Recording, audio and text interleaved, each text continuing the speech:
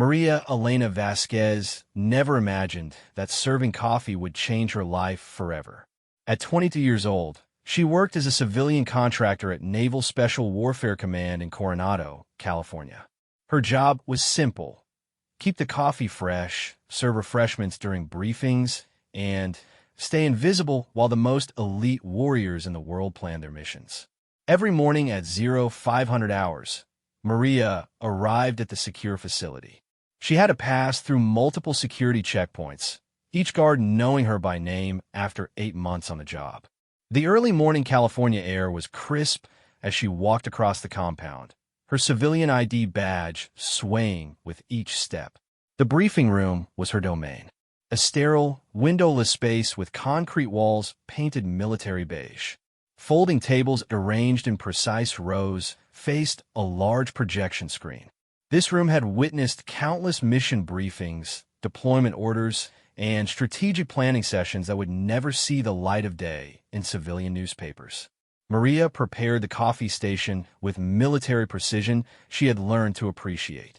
3 large urns, regular coffee, decaf, and hot water for tea. Paper cups arranged in neat stacks, sugar packets counted and organized, cream containers checked for freshness. Everything had to be perfect before the operators arrived. She had grown up in a small town in Texas, the daughter of a mechanic and a school teacher. Money was always tight, and when the opportunity came to work at a military base in California, she jumped at the chance. The pay was decent, the benefits were good, and she was proud to support the men and women who serve their country, even if her role seemed small. The first SEAL team members began filtering in around 0530. Maria recognized most of them by now, though she was never formally introduced. There was the tall one with the Texas drawl who always said "Thank you, ma'am," when she refilled his coffee. The quiet one with the intense eyes who drank his coffee black and never spoke to anyone before briefings. The older one with gray hair who seemed to be everyone's favorite. They called him Chief, and he had a warm smile that reminded Maria of her father. These men moved differently than regular people. Their steps were measured and quiet, their conversations muted and efficient. They wore standard military uniforms, but there was something about their bearing that set them apart. They carried themselves with a confidence that came from knowing they could handle whatever the world threw at them. Maria had learned a routine. She would serve coffee as the team gathered, then retreat to the corner of the room where a small table held extra supplies. From there, she would remain silent and still during the entire briefing, ready to refill cups or provide fresh coffee if needed. She was instructed never to react to anything she heard, never to take notes, and never to discuss anything that happened in these rooms. The briefings themselves were fascinating, though she tried not to listen too closely. Maps of foreign countries, satellite photos, discussions of entry and exit strategies. Sometimes she heard place names she recognized from the news: Afghanistan, Iraq, Syria. Other times the locations were completely unfamiliar to her. On this particular Tuesday morning in March, something felt different. There was a tension in the air that Maria couldn't quite identify. The usual easy banter between team members was absent. They gathered their coffee in silence, their faces more serious than usual. Commander Johnson, the officer who usually ran these briefings, was notably absent. Instead, a Navy captain that Maria had never seen before stood at the front of the room, reviewing documents spread across the podium. He was younger than she expected for his rank, maybe in his late 30s, with short blonde hair and pale blue eyes that seemed to take in everything at once. The team members took their seats, coffee cups steaming in the cool morning air. Maria retreated to her corner position, hands clasped behind her back, eyes focused on the floor as she had been trained. Whatever was about to happen, she could sense it was important. At exactly 0600 hours, the captain called for attention. "Gentlemen, what you're about to hear is classified at the highest levels. This operation has been months in the planning, and execution begins in 72 hours. Maria's heart began to beat faster.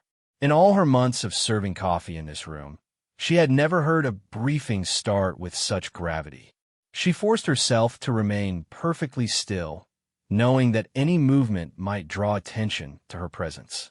The captain continued. Intelligence has confirmed the location of a high-value target who has been responsible for coordinating attacks against American forces and civilians. This individual has evaded capture for 3 years, moving between safe houses in a region where conventional forces cannot operate effectively. A map appeared on the projection screen, a mountainous region with terrain that looked impossibly harsh. Small villages dotted the valleys between towering peaks, connected by narrow roads that switched back and forth like ribbons thrown across the landscape. The target will be attending a meeting tomorrow night at coordinates that will be provided in your individual briefing packets. Intelligence suggests this meeting involves coordination of a major attack plan for American soil within the next 30 days. The room seemed to grow even quieter.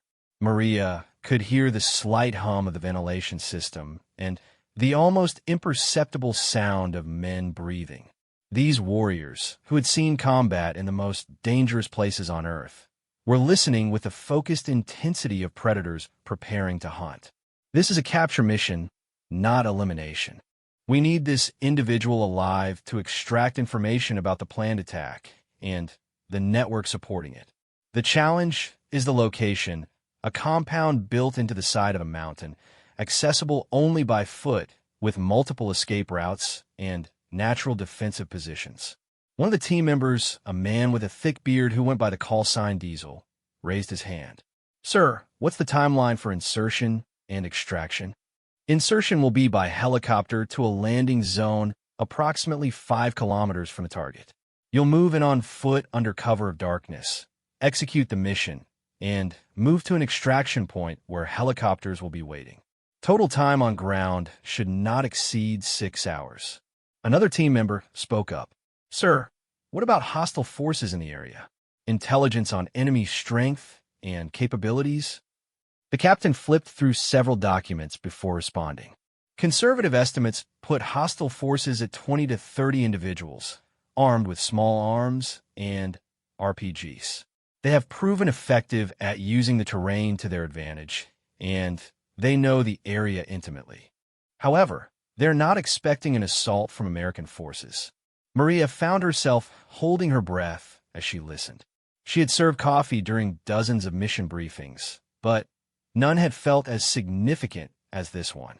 The way the team members asked their questions, the careful responses from the captain, the detailed maps, and intelligence photos, everything suggested this was a mission of critical importance.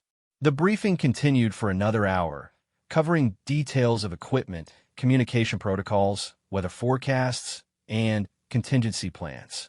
Maria refilled coffee cups twice, moving as quietly as possible, her civilian shoes making almost no sound on the polished concrete floor.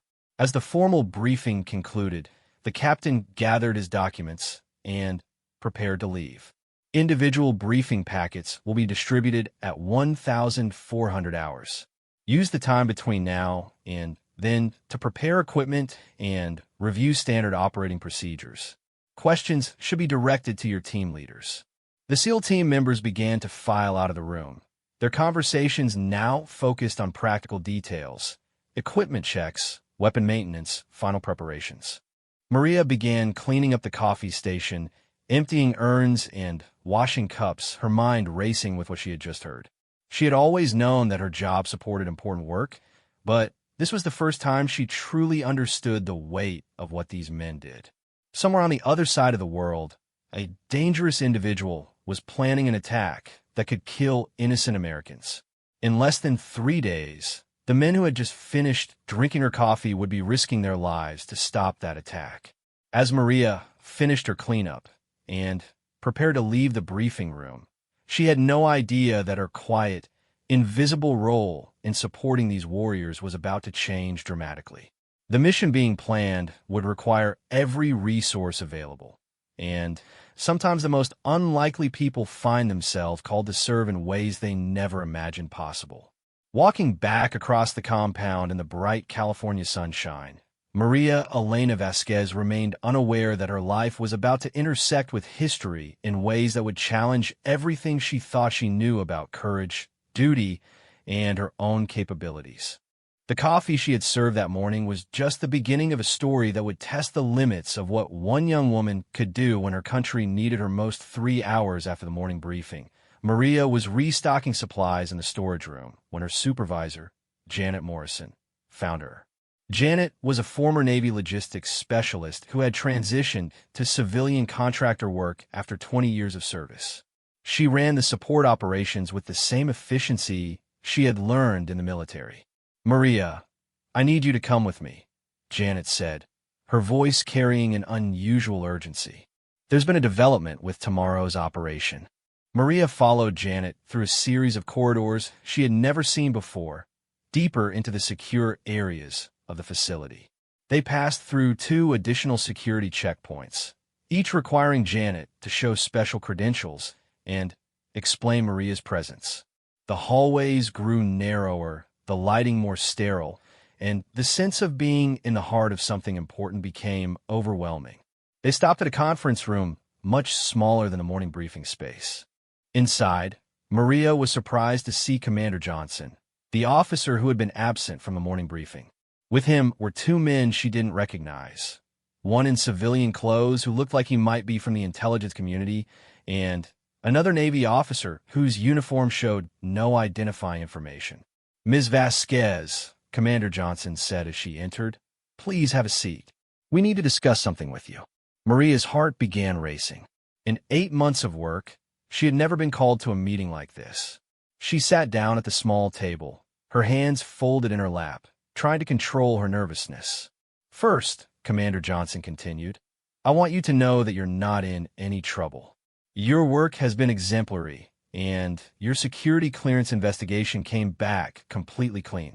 We're here because we have an unusual situation, and we believe you might be able to help us." The civilian-dressed man leaned forward. "Ms. Vasquez, I'm going to share some information with you that is highly classified. By listening to this information, you're agreeing to maintain absolute secrecy about everything discussed in this room. Do you understand?"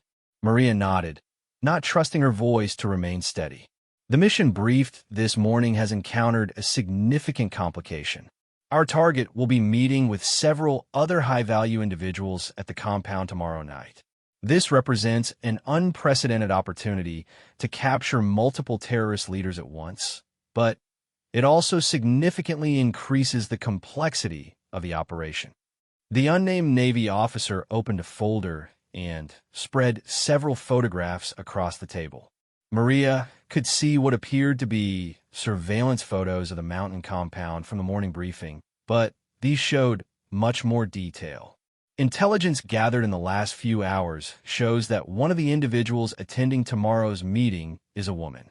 She's approximately your age, your height, and bears a striking physical resemblance to you. She's also been trained in counter-surveillance and operational security, making her extremely dangerous despite her apparent youth. Maria stared at the photographs, her mind struggling to process what she was hearing. One photo showed a young woman from a distance, walking through what appeared to be a marketplace in a foreign country. Even from the grainy image, Maria could see the resemblance the officers were talking about. Commander Johnson took over the explanation. "The original plan was for our team to infiltrate the compound and capture the targets during their meeting. However, the presence of this woman creates additional complications. She's known to be suspicious of any changes in routine or unfamiliar faces among the local population. What we're proposing," the intelligence officer said, "is that you accompany the team on this mission in a support capacity. Your role would be to help create a diversion that allows the team to get into position without detection." Maria felt the room spinning slightly. "I'm sorry, sir, but I'm not military. I serve coffee. I don't have any training for something like this." "You're absolutely right," Commander Johnson acknowledged. "Under normal circumstances, we would never consider involving a civilian contractor in an active operation. However, the intelligence value of this target meeting is too significant to pass up, and conventional approaches won't work given the enhanced security measures." The Navy officer pulled out another set of documents. The plan is relatively simple from your perspective.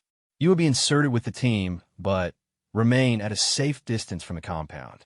At a predetermined time, you would approach the compound's outer perimeter in a way that draws the attention of the sentries. This would create a momentary distraction that allows our operators to reach their positions undetected. The key, the intelligence officer added, is that you physically resemble the woman they're expecting to see in their area. From a distance, in low light conditions, you could easily be mistaken for her. The confusion this creates would last only a few seconds, but that's all our team needs. Maria's mind raced with questions and fears. What happens if something goes wrong? What if they recognize that I'm not who they think I am? You'll be wearing protective equipment and have constant communication with the team, Commander Johnson explained. At the first sign of any danger, you'll be extracted immediately. The team will have overwatch on your position at all times, and you'll never be more than 50 meters from armed support. Janet Morrison, who had been silent during the briefing, finally spoke up. Maria, you need to understand that this is completely voluntary. No one will think less of you if you decide this isn't something you want to do. Your job here is secure regardless of your decision. The room fell silent as everyone waited for Maria's response. She looked around the table at these experienced military and intelligence professionals who were asking a coffee server to help with one of the most important missions she had ever heard about. Can I ask why me? Surely there are female military personnel who could do this. The intelligence officer nodded. That's a fair question. We considered several options, but they all had significant drawbacks. Female military personnel with the necessary security clearances are either too well known to hostile intelligence networks or don't have the physical resemblance we need. We also considered using intelligence operatives, but they're not immediately available given the timeline. More importantly, Commander Johnson added, your background actually works in our favor. You have no military bearing, no tactical training that would be evident in how you move or behave. To outside observers, you would appear to be exactly what you are, a young civilian woman. That authenticity is something we can't easily replicate with trained personnel. Maria stared at the photographs spread across the table. The woman in the surveillance photos could have been her sister. The resemblance was remarkable, similar height, similar build, similar hair color, and length. Even their facial features were strikingly similar. If I agreed to do this, she said slowly, what kind of preparation would be involved? The team is conducting final equipment checks and rehearsals this afternoon and evening, the Navy officer explained. You would need basic instruction on the communication equipment you'll carry and practice with the timeline for your part of the operation. The actual training would take about 4 hours.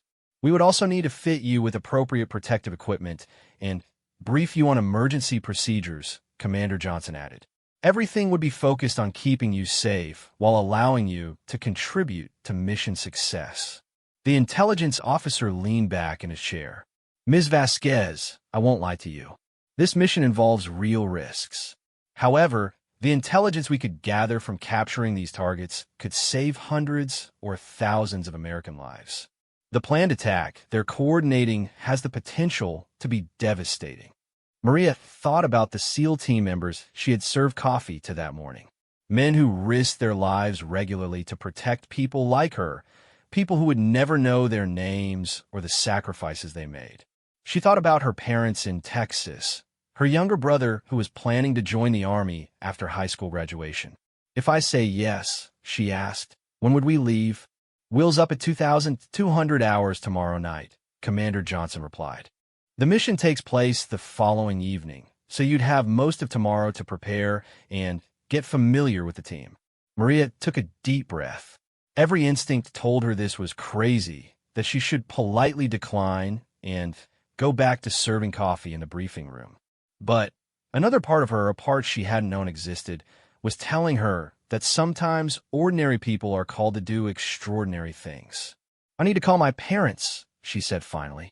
I can't tell them what I'm doing, but I need to hear their voices before I decide.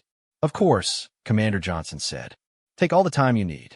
But We'll need your answer by 1600 hours to allow adequate preparation time. As Maria left the conference room, her mind was spinning with the magnitude of what she was being asked to do. She had come to work that morning thinking she would serve coffee and go home to her small apartment near the beach.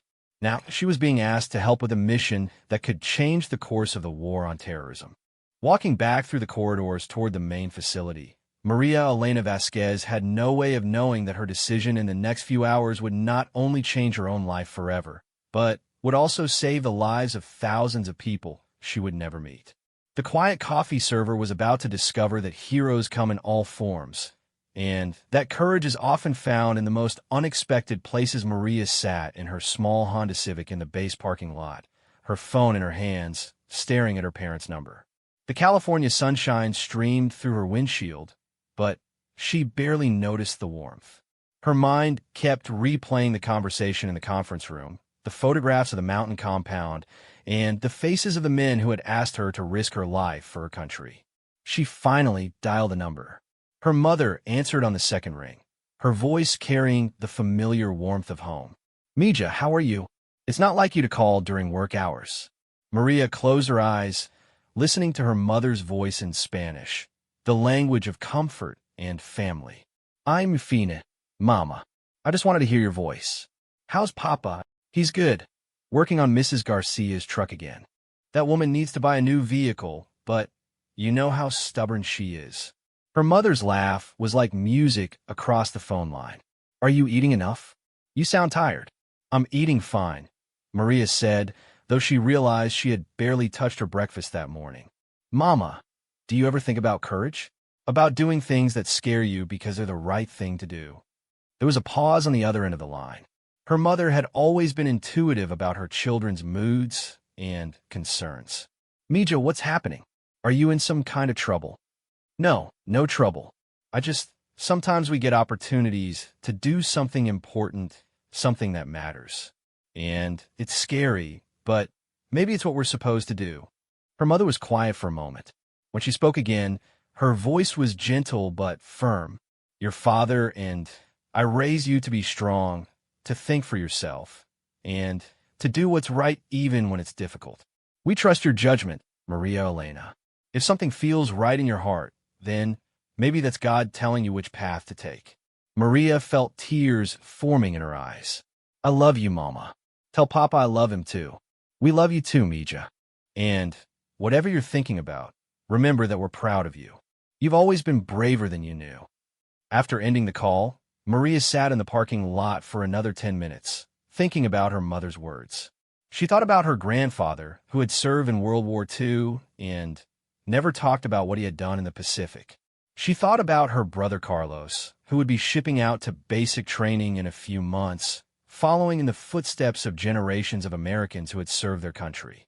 At 1,530 hours, Maria walked back into the secure facility and found her way to the conference room where Commander Johnson was waiting with Janet Morrison. "I'll do it," she said simply. Commander Johnson nodded, showing no surprise at her decision. "Thank you, Ms. Vasquez. Your willingness to serve is exactly the kind of character we hope to see. Let's get you prepared." The next few hours passed in a blur of activity that Maria would remember for the rest of her life. First, she was taken to a medical facility where a Navy corpsman conducted a quick physical examination and administered several vaccinations required for the region they would be traveling to. The shots made her arms sore, but the corpsman assured her the discomfort would fade by the following evening. Next came the equipment fitting. A female Navy logistics specialist took careful measurements and fitted Maria with body armor that was surprisingly lightweight, but felt strange and bulky compared to her usual civilian clothes. The armor was designed to be worn under loose-fitting clothing that would help her blend in with local populations. "The key thing to remember," the logistics specialist explained, "is that this equipment is designed to protect you, but it only works if you wear it properly. The vest needs to sit flush against your body, and these communication devices need to remain in contact with your skin." Maria was fitted with a nearly invisible earpiece and a small transmitter that would be taped to her back, hidden under her clothing. The communication system would allow her to hear instructions from a SEAL team and report her status throughout the operation. The most intensive part of her preparation was the tactical briefing with the team leader, a calm, experienced SEAL operator who went by the call sign Viking. He was the older man with gray hair that Maria had served coffee to dozens of times, and his presence was somehow reassuring in the midst of all the uncertainty. "Ms. Vasquez," Viking said as they sat in a small training room, "my job is to make sure you understand exactly what we're asking you to do and exactly how we're going to keep you safe. I want you to ask questions about anything that doesn't make complete sense." Viking spread out detailed maps and aerial photographs of the target compound and the surrounding area. The terrain was harsh and mountainous, with the compound built into a natural depression that provided excellent defensive positions for the occupants. "Your insertion point will be here," he said, pointing to a spot on the map about 2 kilometers from the compound. "You'll move with 2 of my team members to a position about 400 meters from the outer perimeter. From there, you'll approach along this path, which intelligence tells us is the route the woman you're impersonating typically uses when she visits the compound." Maria studied the photographs, trying to memorize the terrain features and landmark points that would help her navigate in the darkness. "The timing is critical," Viking continued. "You'll begin your approach at exactly 2,330 hours local time. The sentries will spot you at approximately 2,332, which is when my team will begin their infiltration from the opposite side of the compound. Your job is to act confused and lost, buying us about 90 seconds to get into position." "What if they decide to come out and investigate?" Maria asked. "That's one of our contingency plans. If they send anyone out to investigate, you'll receive a specific signal in your earpiece. 2 short clicks followed by a long tone. When you hear that signal, you immediately turn and move back down the path as quickly as possible. My Overwatch team will guide you to a safe position." Viking showed her several emergency signals and extraction procedures, making her practice them until she could respond automatically. He explained that she would never be more than 200 meters from armed SEAL team members who would be monitoring her every movement. "The most important thing to remember," Viking said, his voice carrying the authority of someone who had led men in combat for over 15 years, "is that your safety is our top priority. The mission is important, but not more important than making sure you come home safe to your family." As evening fell, Maria joined the team for their final mission briefing. Sitting in the same briefing room where she had served coffee that morning felt surreal. Now, she was part of the operation, listening to detailed discussions of infiltration routes, communication protocols, and contingency plans. The team members treated her with a respect that was both humbling and encouraging. They answered her questions patiently, double-checked her equipment repeatedly, and made sure she understood every aspect of her role in the mission. "Remember," said Diesel, the bearded operator who had asked questions during the morning briefing, "you're not just helping us with this mission. You're potentially saving lives by helping us capture people who want to hurt innocent Americans. That takes real courage." At 2,000 hours, Maria was given a final briefing by the intelligence officer from that morning's meeting. New information had confirmed that the meeting at the compound would include at least 5 high-value targets, making it the most significant terrorist gathering that American intelligence had identified in over 2 years. "The information these individuals possess could help us prevent multiple attacks and dismantle terrorist networks across 3 countries, he explained. "Your contribution to this mission could literally save thousands of lives." As Maria tried to sleep in the temporary quarters she had been assigned on base, she thought about the magnitude of what she would be doing the following evening. Less than 24 hours ago, she had been worried about keeping the coffee fresh and staying out of the way during briefings. Now she was an integral part of an operation that could change the course of the war on terrorism. She thought about her parents sleeping in their small house in Texas, unaware that their daughter was about to embark on a mission that would test every ounce of courage she possessed. She thought about her brother Carlos and the choice he had made to serve his country. She thought about the SEAL team members who had welcomed her as one of their own, trusting her with their lives and the success of their mission. Maria Elena Vasquez fell asleep that night, knowing that the next evening would either be the proudest moment of her life or the last day she would see the California sunshine. Either way, she was ready to serve her country in a way she had never imagined possible. The helicopter flight to the insertion point took 4 hours through the darkness over terrain that looked alien and hostile in the green glow of night vision equipment. Maria sat between two SEAL operators, wearing unfamiliar military clothing and equipment that still felt strange despite hours of practice.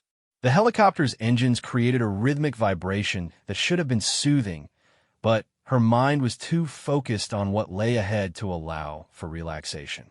Viking sat across from her, occasionally checking her equipment and offering reassuring nods.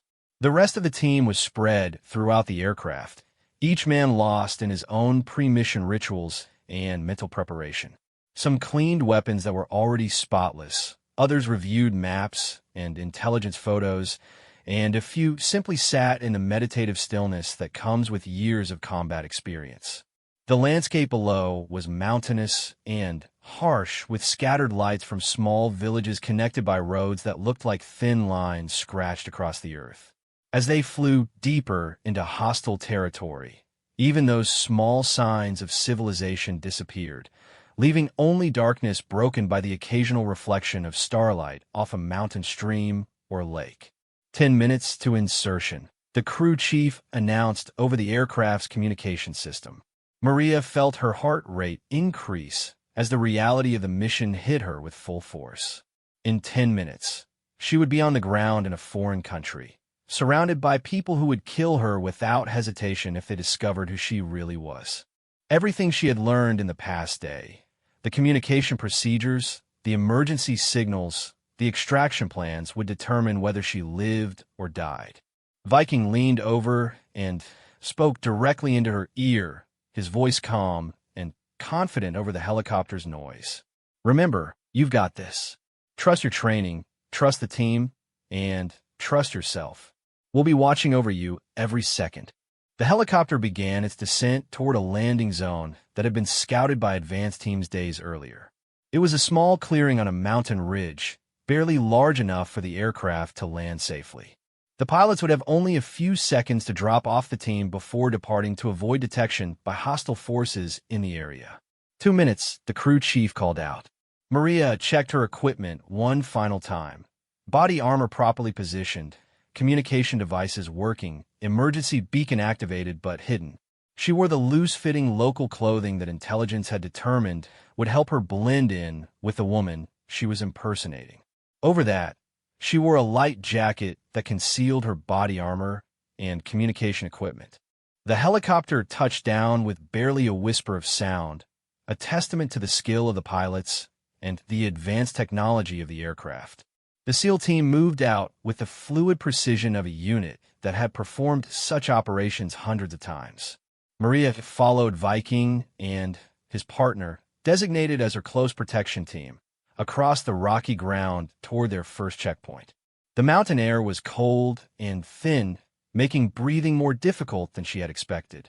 The altitude was higher than anything she had experienced in California or Texas, and she found herself slightly winded from the exertion of moving quickly across uneven terrain while wearing unfamiliar equipment.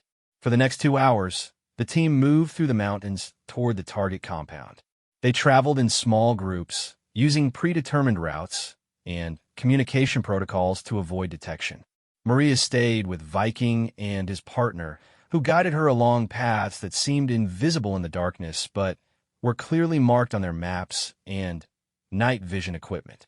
The terrain was everything the briefings had described: rocky, steep, and unforgiving. Several times, Maria had to be helped across particularly difficult sections, but her escorts were patient and encouraging. They moved slowly enough to accommodate her civilian fitness level while maintaining the timeline necessary for mission success. At 2,300 hours, they reached the observation point that would serve as Maria's staging area. From this position, she could see the target compound spread out in the valley below. It was larger than she had expected from the aerial photographs, with multiple buildings connected by pathways and defensive walls. Armed guards patrolled the perimeter, their movement patterns clearly visible through the night vision scopes used by the SEAL team. "There's our target," Viking whispered, pointing toward a building in the center of the compound. "Intelligence confirms that the meeting is taking place in that structure. We've identified at least 8 guards on the perimeter, and there are probably more inside the buildings." Maria studied the compound, trying to match what she saw with the maps and photographs she had memorized. The approach route she would use was clearly visible, a winding path that led down from the mountains to the compound's main entrance. According to intelligence, this was the route typically used by the woman she was impersonating. "Remember your timing," Viking's partner said softly. "You begin your approach in 25 minutes. Take your time, act natural, and trust that we'll be watching over you every step of the way." As the final minutes ticked down, Maria felt a strange sense of calm settle over her. The nervousness and fear that had dominated her thoughts for the past day were still there, but they were now overlaid with a sense of purpose and determination that surprised her. She was no longer Maria Elena Vasquez, the civilian contractor who served coffee in briefing rooms. She was an integral part of an operation that could save thousands of lives. At exactly 2,330 hours, Maria began her descent toward the compound.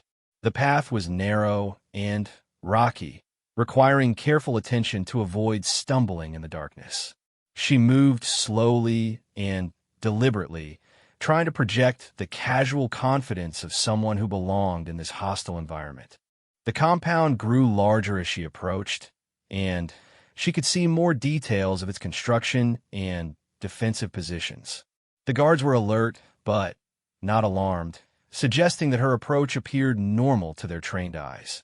Everything was going according to plan. At 2,331 hours, she heard Viking's voice in her earpiece. "Phoenix Base, Overwatch 1. Package is in position and proceeding on schedule. All teams prepare for execution." Maria continued down the path, now less than 200 meters from the compound's outer perimeter. She could see individual guards clearly, their weapons and equipment visible in the ambient light from the compound's few external lights.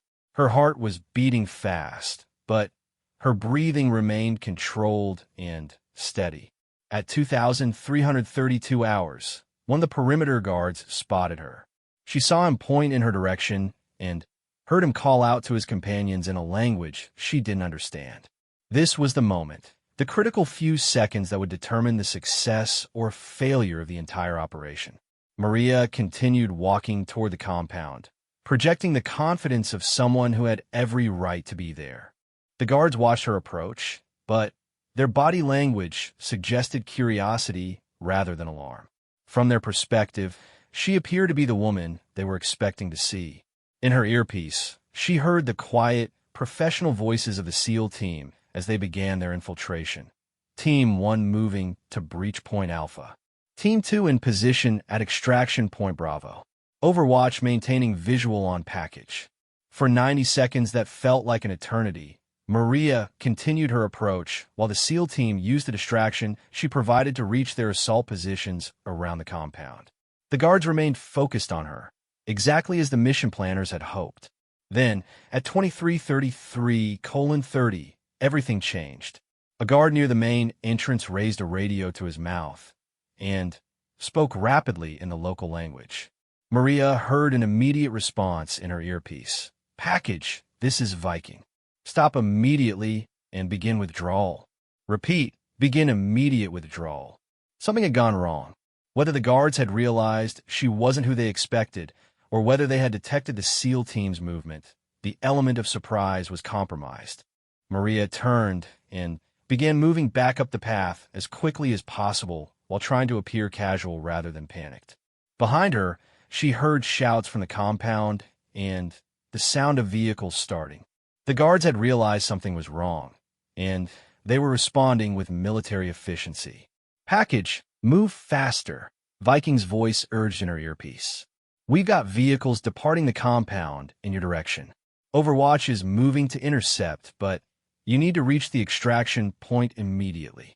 Maria abandoned all pretense of casual movement and began running up the mountain path as fast as her legs would carry her.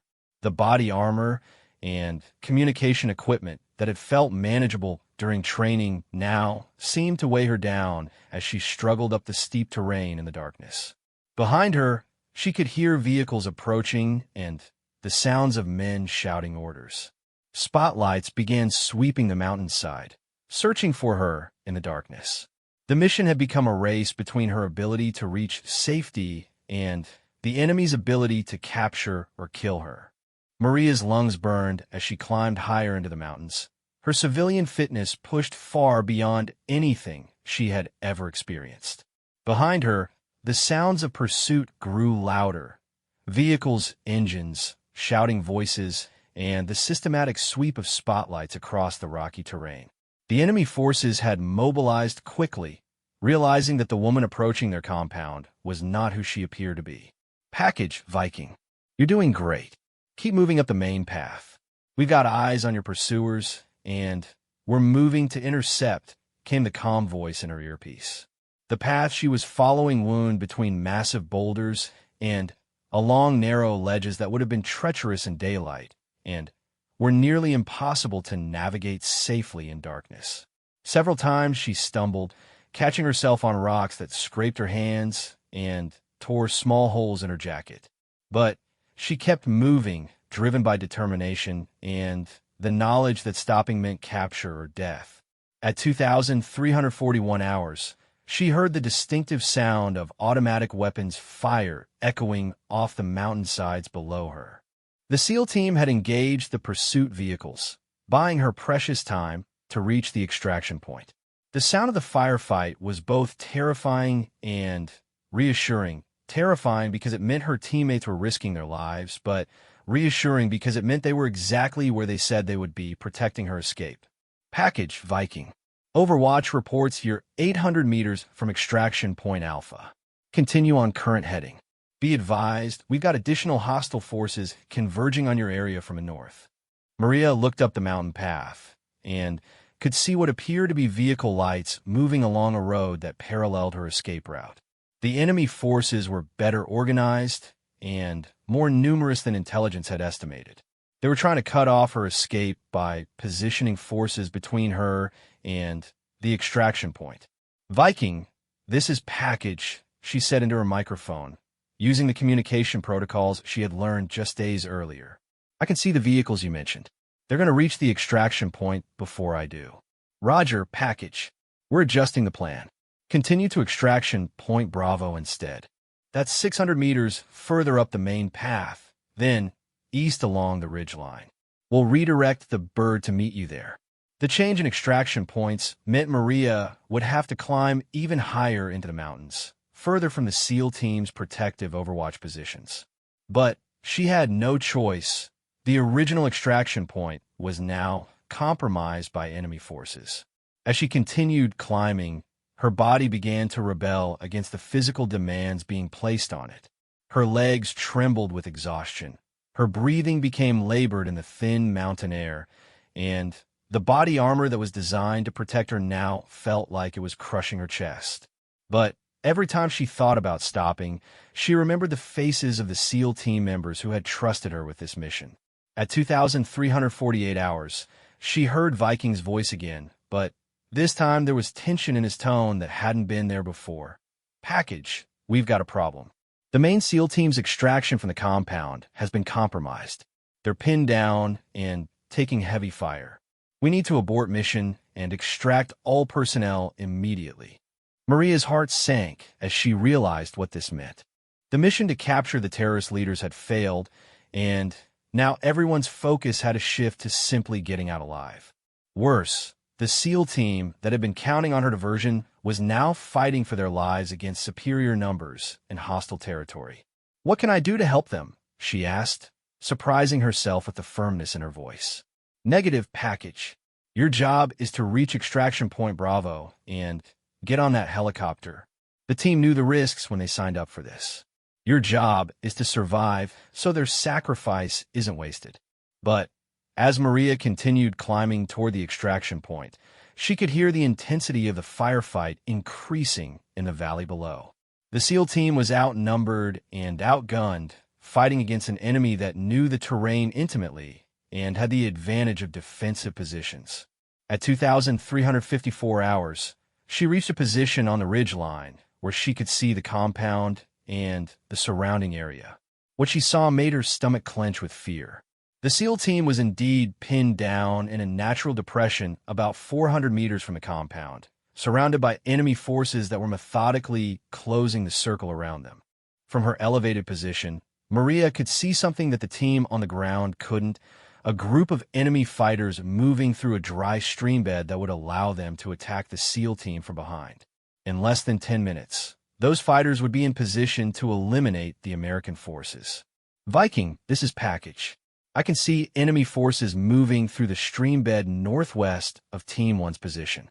They're going to be flanked in approximately 8 to 10 minutes. Roger, Package. We're aware of the tactical situation. Continue to extraction point Bravo. That's a direct order. Maria stared down at the unfolding battle, watching the men who had trusted her with their lives fighting against overwhelming odds. These were the same operators who had served coffee to just 2 days earlier, who had treated her with respect and patience during her hasty training, who had risked everything to protect her during the mission. At 2,356 hours, she made a decision that would haunt her dreams for years to come, but which she knew was the only choice she could live with. Instead of continuing toward the extraction point, Maria began moving down the mountain toward the enemy forces in the stream bed. She had no weapons, no military training, and no realistic chance of affecting the outcome of the battle. But she had something the enemy wasn't expecting: the element of surprise and the desperate courage of someone who refused to abandon her teammates. Package, what are you doing? Return to extraction heading immediately. Viking's voice crackled in her earpiece, showing the first sign of real alarm she had heard from the veteran operator. Viking, I can't leave them, Maria replied, her voice steady despite the terror coursing through her body. Those men risked their lives for this mission, and for me, I won't abandon them now. As she approached the stream bed, Maria could see the enemy fighters clearly. 8 men with automatic weapons and grenades moving with military precision toward positions that would allow them to destroy the Pin SEAL team. They were focused entirely on their tactical objectives and had no idea that a young woman in civilian clothes was approaching them from behind. Maria had no plan beyond creating enough confusion and chaos to disrupt the enemy's attack. She began throwing rocks down into the stream bed while shouting in English at the top of her voice. The sudden noise and confusion from an unexpected direction caused the enemy fighters to pause and turn toward her position. That moment of confusion was all the SEAL team needed. Realizing that the enemy's attention had been diverted, they launched a coordinated assault that caught their pursuers completely off guard. The firefight that followed was brief but intense, ending with the enemy forces either eliminated or scattered into the mountains. At 0003 hours, Maria found herself sitting on a rocky outcropping, surrounded by SEAL team members who were staring at her with expressions that mixed admiration, disbelief, and professional respect. Viking approached her with a look she would never forget, the expression of a combat veteran who had just witnessed something extraordinary. Ms. Vasquez, he said formally, you saved our lives tonight.